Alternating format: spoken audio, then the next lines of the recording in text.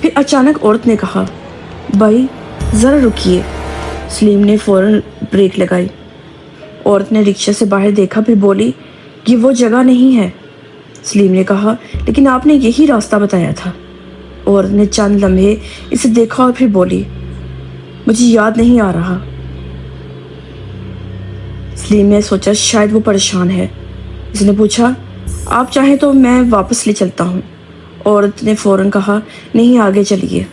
سلیم نے دوبارہ رکشہ چلایا اور تقریباً 5 منٹ بعد وہ ایک ایسے مقام پر پہنچا جہاں سڑک بالکل سنسان تھی۔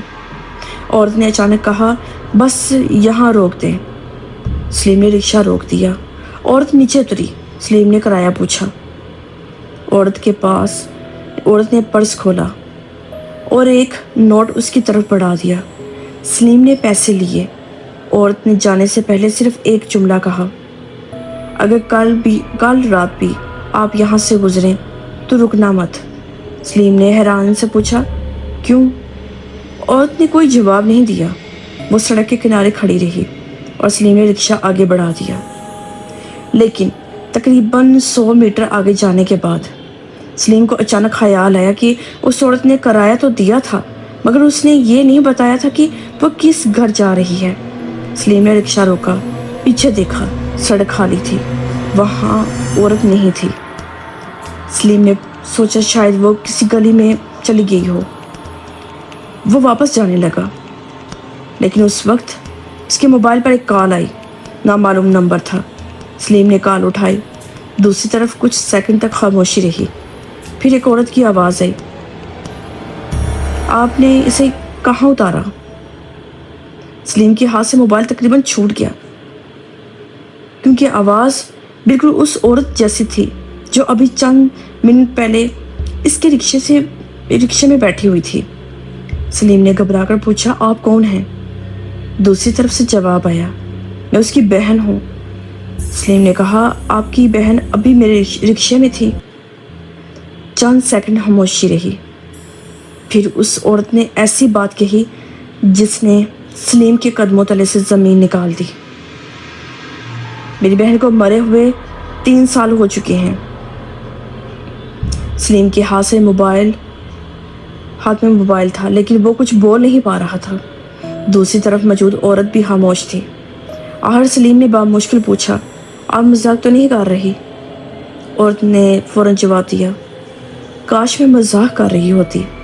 سلیم نے کہا لیکن ابھی چند منٹ پہلے ایک عورت میرے رکشے میں بیٹھی تھی، اس نے مجھے کرایہ دیا، اس نے مجھ سے بات کی، میں نے اسے اپنی آنکھوں سے دیکھا ہے۔ عورت نے بہت دھیمی آواز میں کہا وہی میری بہن تھی۔ سلیم نے غصے اور خوف کے ملے جلے انداز میں کہا یہ کیسے ممکن ہے؟ عورت نے جواب دیا ممکن ہے یا نہیں یہ میں نہیں جانتی، لیکن آپ نے جہاں اسے اتارا ہے وہاں میری بہن کی موت ہوئی تھی۔ سلیم کچھ دیر خاموش رہا، پھر اس نے پوچھا آپ کی بہن کا نام کیا تھا؟ عورت نے نام بتایا۔ سلیم کے جسم میں ایک سرد لہر دوڑ گئی کیونکہ یہی نام اس عورت نے کچھ دیر پہلے خود سلیم کو بتایا تھا۔ سلیم نے فوراً رکشہ موڑا۔ وہ اس جگہ واپس پہنچنا چاہتا تھا جہاں اس عورت کو اتارا تھا، لیکن جیسے ہی وہ وہاں پہنچا سڑک بالکل خالی تھی، نہ کوئی عورت، نہ کوئی گھر، نہ کوئی گاڑی، صرف سڑک کے کنارے ایک پرانی سی دیوار تھی۔ سلیم نے رکشہ بند کیا اور نیچے اتر گیا۔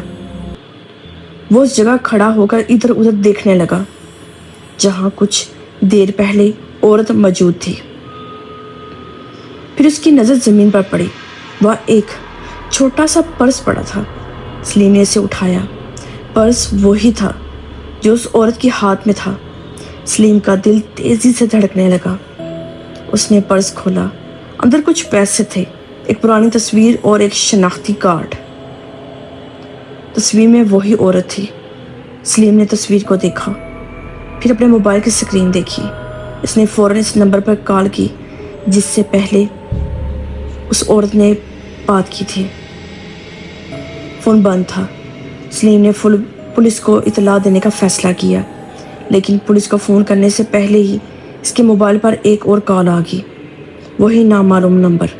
سلیم نے کال اٹھائی، دوسری طرف عورت تھی، مطلب وہی عورت تھی۔ اس بار اس کی آواز پہلے سے زیادہ گھبرائی ہوئی تھی۔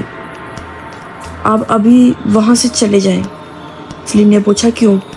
عورت نے کہا کیونکہ اگر آپ کو اس کا پرس مل گیا ہے تو اس کا مطلب ہے کہ وہ آپ کو دوبارہ ڈھونڈ رہی ہے۔ سلیم نے فوراً پوچھا کون؟ کچھ لمحے خاموشی رہی، پھر عورت نے کہا میری بہن نہیں۔ سلیم نے حیرت سے پوچھا پھر کون؟ دوسری طرف سے صرف ایک جملہ آیا، وہ چیز جس نے اسے اس رات مارا تھا۔ کال اچانک بند ہو گئی۔ سلیم چند لمحے وہیں کھڑا رہا، پھر اس نے پرس جیب میں رکھا اور رکشے کی طرف بڑھا، لیکن رکشے کے قریب پہنچ کر اس کے قدم رک گئے۔ رکشے کی پچھلی سیٹ پر ایک عورت بیٹھی ہوئی تھی۔ سلیم نے اسے دیکھا، وہ وہی عورت تھی، وہی چہرہ، وہی کپڑے، وہی خاموش آنکھیں۔ سلیم پیچھے ہٹا۔ عورت نے کچھ نہیں کہا، بس اپنی انگلی سے رکشے کی فرش کی طرف اشارہ کیا۔ سلیم نے نیچے دیکھا، وہاں خون کے چند قطرے تھے۔ سلیم نے دوبارہ اس عورت کی طرف دیکھا، اس بار اس کے چہرے پر ایک عجیب سا سکون تھا۔ وہ آہستہ سے بولی میں نے آپ کو کہا تھا کل رات یہاں سے گزرے تو رکنا مت۔ سلیم نے کانپتی آواز میں پوچھا تم چاہتی کیا ہو؟ عورت نے جواب دیا مجھے کچھ نہیں چاہیے۔ وہ چند لمحے خاموش رہی، پھر اس نے کہا مجھے صرف یہ بتانا ہے کہ میری موت حادثہ نہیں تھی۔ سلیم کی آنکھیں پھیل گئی۔ عورت نے اپنا ہاتھ اٹھایا اور سڑک کے اس پار موجود ایک بند عمارت کی طرف اشارہ کیا۔ وہاں دیکھو۔ سلیم نے عمارت کی طرف دیکھا، پھر اس نے دوبارہ عورت کی طرف دیکھا۔ رکشے کی پچھلی سیٹ خالی تھی۔ سلیم نے فوراً پیچھے جا کر دیکھا، وہ عورت غائب تھی، لیکن سیٹ پر ایک چیز موجود تھی، ایک چھوٹی سی چابی، اور چابی کے ساتھ کاغذ کا ایک ٹکڑا۔ کاغذ پر صرف ایک نمبر لکھا تھا، 17۔ سلیم نے عمارت کی طرف دیکھا، اس عمارت پر بھی ایک زنگ آلود نمبر لگا ہوا تھا، 17۔ اور تب سلیم کو سمجھ آیا کہ اس عورت نے اسے وہاں کیوں بھیجا تھا، لیکن اس وقت سلیم کو یہ معلوم نہیں تھا کہ عمارت کے اندر جانے کے بعد اسے صرف اس عورت کی موت کا راز نہیں ملنے والا تھا، بلکہ اسے یہ بھی معلوم ہونے والا تھا کہ 3 سال پہلے مرنے والی وہ عورت آج رات اسی کو اپنی اگلی سواری کیوں بنا رہی تھی۔ رات کے تقریباً 12:22 ہو چکے تھے۔ سلیم رکشے کے پاس کھڑا اس عمارت کو دیکھ رہا تھا جس پر زنگ آلود نمبر 17 لگا ہوا تھا۔ اس کے ہاتھ میں وہی چھوٹی سی چابی تھی جو کچھ دیر پہلے اس رکشے کی پچھلی سیٹ پر پڑی ملی تھی۔ اس کے ذہن میں صرف ایک سوال تھا، آخر وہ عورت مجھے کیوں یہاں لائی؟ سلیم نے کئی بار سوچ کر واپس گھر چلے جانے اور پولیس کو فون کرے، لیکن پھر اسے اس عورت کی آخری بات یاد آئی، میری موت حادثہ نہیں تھی۔ سلیم نے چابی جیب میں رکھی اور عمارت کے دروازے کی طرف بڑھ گیا۔ دروازہ بند تھا۔ اس نے چابی تالے میں لگائی، چابی بالکل صحیح تھی، تالا کھل گیا۔ چند سیکنڈ تک وہاں کھڑا رہا، پھر اس نے دروازہ کھولا، اندر داخل ہو گیا۔ عمارت کے اندر مکمل خاموشی تھی۔ وہ کوئی عام گھر نہیں تھا، ایسا لگ رہا تھا جیسے کافی عرصے سے وہاں کوئی آیا ہی نہ ہو۔ سلیم نے موبائل کی فلیش آن کی۔ سامنے ایک لمبی سی راہداری تھی، دروازے پر پرانی پینٹنگز لگی ہوئی تھی، کچھ جگہ پر پلسٹر اکھڑا ہوا تھا۔ سلیم آہستہ آہستہ آگے بڑھا۔ اچانک اس کے موبائل کی گھنٹی بجی۔ وہ چونک گیا، اسکرین پر اس کی بیوی کا نام تھا۔ سلیم نے کال اٹھائی۔ ہیلو۔ دوسری طرف اس کی بیوی کی آواز تھی۔ آپ کہاں ہیں؟ سلیم نے جھوٹ بولنے کی کوشش کی۔ بس ایک سواری کے سلسلے میں باہر ہوں، بیوی نے کہا۔ اتنی رات کو؟ سلیم نے جواب نہیں دیا۔ پھر بیوی نے اچانک پوچھا، آپ کے ساتھ کوئی عورت ہے؟ سلیم کے قدم وہیں رک گئے۔ نہیں،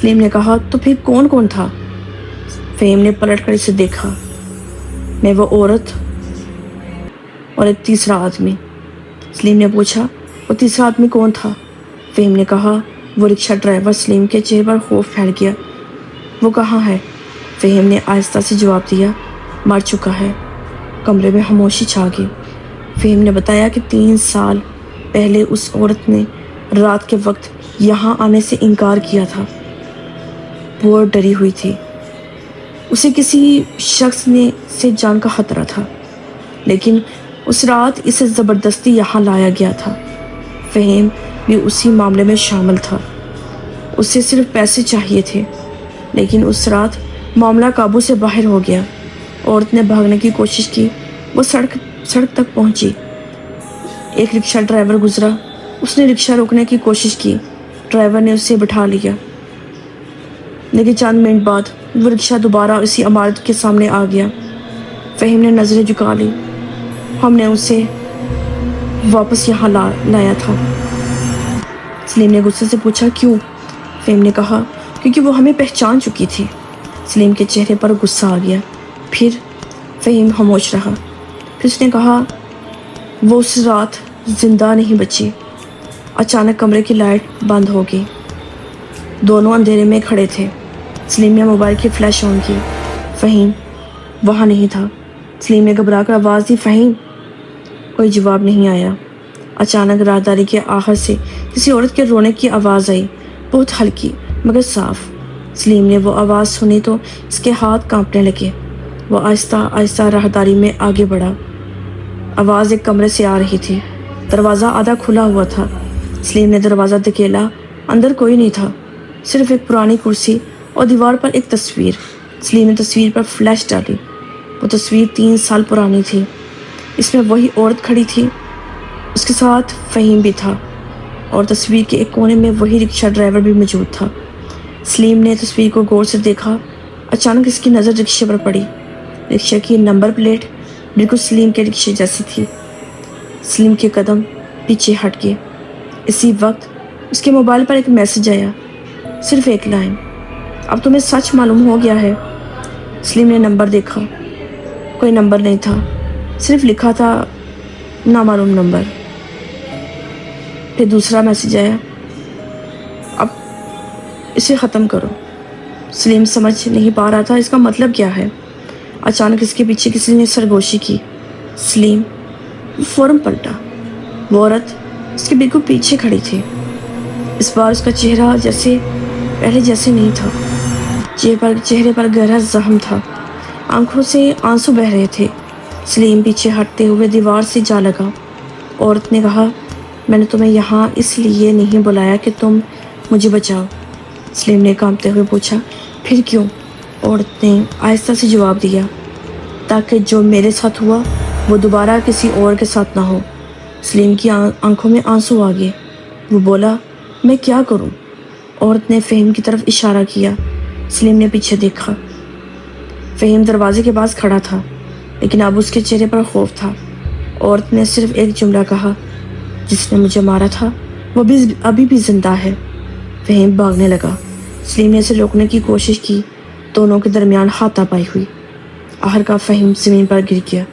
اسی لمحے باہر پولیس کی گاڑیوں کی آواز سنائی دی۔ سلیم حیران رہ گیا، اس نے پولیس کو فون ہی نہیں کیا تھا۔ پولیس اندر آئی، فہیم کو گرفتار کر لیا گیا۔ بعد میں تفتیش ہوئی تو پرانی فائل دوبارہ کھول لی گئی اور کئی سال سے چھپے ہوئے ثبوت سامنے آ گئے۔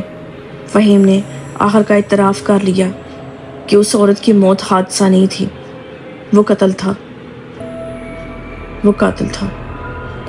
اور سب سے عجیب بات، فہیم نے پولیس کو بتایا کہ اس رات اسے کئی دنوں سے وہی عورت خواب میں نظر آ رہی تھی۔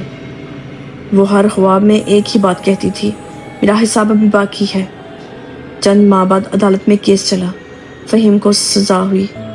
سلیم نے رکشہ چلانا چھوڑ دیا، لیکن اس رات کے بعد اس نے ایک بات ہمیشہ کے لیے اپنے دل میں بٹھا لی، ہر سواری صرف ایک مسافر نہیں ہوتی۔ کبھی کبھی انسان کسی ایسے راز کو بھی اپنے ساتھ بٹھا لیتا ہے جس سے اس کی ملاقات برسوں بعد بھی ختم نہیں ہوتی۔ اور آج بھی سلیم کا کہنا ہے کہ کبھی کبھی رات کے وقت جب وہ سڑک پر کسی اکیلی عورت کو کھڑے دیکھتا ہے تو وہ رکشہ نہیں روکتا، کیونکہ ایک بار وہ ایک ایسی سواری بٹھا چکا ہے جس کی منزل اس دنیا میں نہیں تھی۔